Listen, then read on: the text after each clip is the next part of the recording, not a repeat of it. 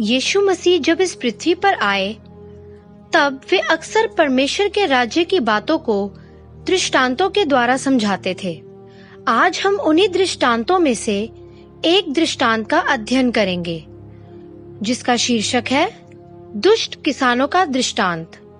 एक गृहस्वामी था जिसने दाख की बारी लगाई, उसके चारों ओर उसने बाड़ा बांधा, उसमें रस का कुंड खोदा और गुम्मट बनाया और किसानों को उसका ठेका देकर परदेश चला गया।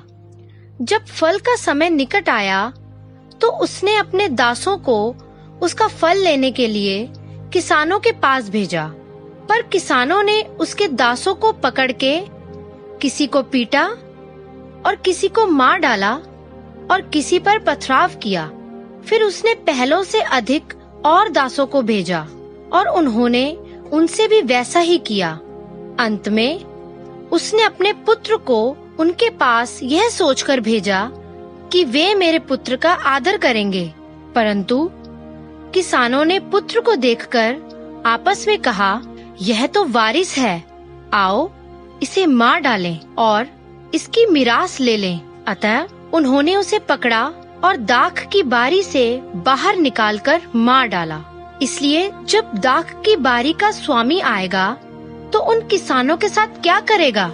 उन्होंने उससे कहा, वह उन बुरे लोगों को बुरी रीति से नष्ट करेगा और दाख की बारी का ठेका दूसरे किसानों को दे देगा जो समय पर उसे फल दिया करेंगे।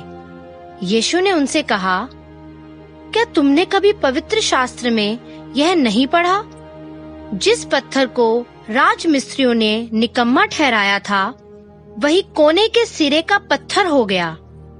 यह प्रभु की ओर से हुआ और हमारी दृष्टि में अद्भुत है। इसलिए मैं तुमसे कहता हूँ कि परमेश्वर का राज्य तुमसे ले लिया जाएगा और ऐसी जाति को जो उसका फल लाए दिया जाएगा।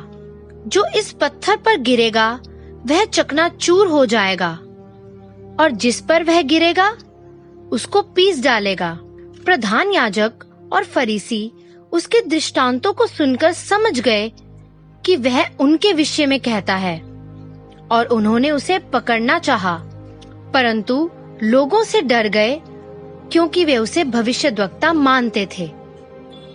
यह दृष्टांत हमें यह सिखाता है कि गृहस्वामी परमेश्वर को दर्शाता है जिसने दाख की बारी लगाई और दाख की बारी इज़राइल के लोगों को दर्शाती है और गृहस्वामी का दास परमेश्वर के नबियों और भविष्यद्वक्ताओं को दर्शाते हैं जिन्हें यहूदी धार्मिक नेताओं द्वारा मारा गया, किसी पर पथराव किया गया और किसी को पीटा गया।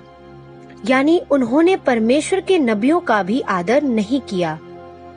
और गृहस्वामी का पुत्र यीशु मसीह को दर्शाता है जिसे परमेश्वर ने यह सोचकर भेजा कि वे मेरे पुत्र का तो आदर करेंगे, परंतु उन किसानों ने उसे भी मार डाला।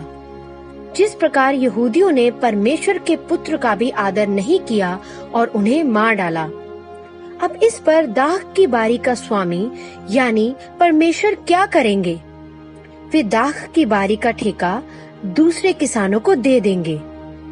दूसरे किसान अन्य जातियों की तस्वीर है जिनके लिए उद्धार का रास्ता खोला गया।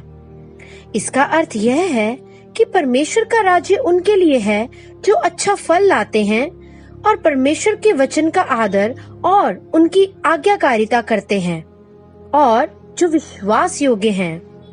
और जो लोग अनाज्ञाकारिता करेंगे और विश्वास योग्य नहीं होंगे, वे स्वर्गीय मिरास के वारिस नहीं होंगे जो हमारे पिता हमें देना चाहते हैं। अब चुनाव हमारा है कि हम विश्वास योग्य और आज्ञाकारी रहना चाहते हैं या नहीं।